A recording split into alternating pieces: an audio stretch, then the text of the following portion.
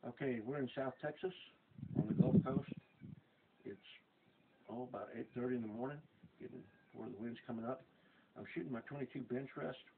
I've been able to get this thing to feed successfully from a modified 223 Accuracy International magazine on a short action 700 with a hard barrel and a jet suppressor.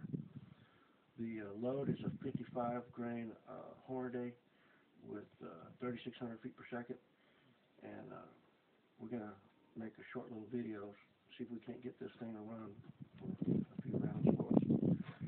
400 yards there? 400 yards. Okay.